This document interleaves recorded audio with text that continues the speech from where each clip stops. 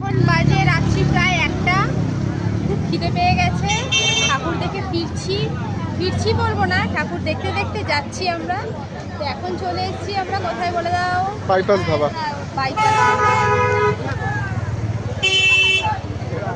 একদম এটা এয়ারপোর্টের সামনে, এয়ারপোর্ট ধাবা বলে নাকি। পুজোতে তো বিভিন্ন জায়গায় খাচ্ছি, ওয়াও মোমোতে খেয়েছি, তারপর আউটে খেলাম। এখন এই মাত্র ধাবায় ঢুকেছি আর সিট পেয়ে গেছি, এটা ভাগ্যের ব্যাপার। দেখো কত ভিড়, দেখো কত ভিড়, চারিদিকটা ভর্তি। এই ভিড়ে এসে হঠাৎ করে সিট পেয়ে যাওয়াটা কিন্তু লাকি। আমরা খাবারও অর্ডার করে দিয়েছি। এরপরে তো অনেকগুলো ঠাকুর দেখবো, কি হবে?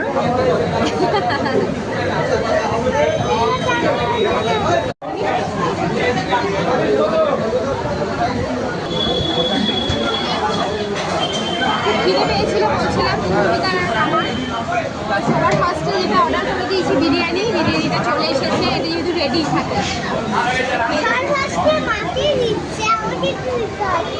আমার বিরিয়ানি সুমিটাকে দিয়ে দিয়েছি।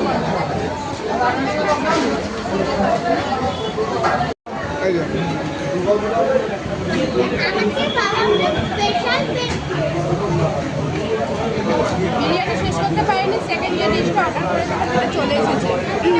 দেখো বাটার চিকেন মশলা আর বাটার নান। এখানে বিরিয়ানি খাচ্ছি। তুমি বলো তোমার কেমন লাগছে? যাদবপুর থেকে মাইকেলনগর মানে এয়ারপোর্ট, এই খাবারটার জন্য আসা, বুঝতে পেরেছি কেন এসেছি।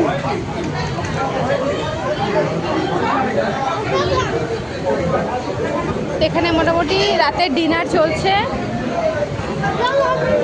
সবাই নিজের পছন্দের মতো খাবার দাবার অর্ডার করেছি সব। এবার আমি একটু টেস্ট করে দেখি। বিরিয়ানি তো দারুণ, এটা খেয়ে গেল।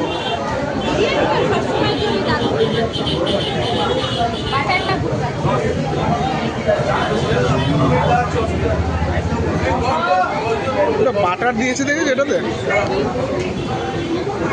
ডায়েট পুরো একদম শেষ।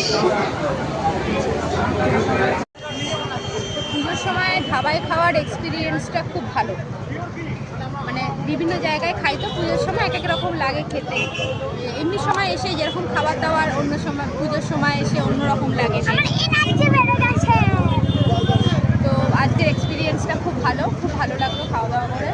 আর এখন বাইপাসের ধারে, গরমও লাগছিল না। কোথায় এসছো জানো? এয়ারপোর্ট।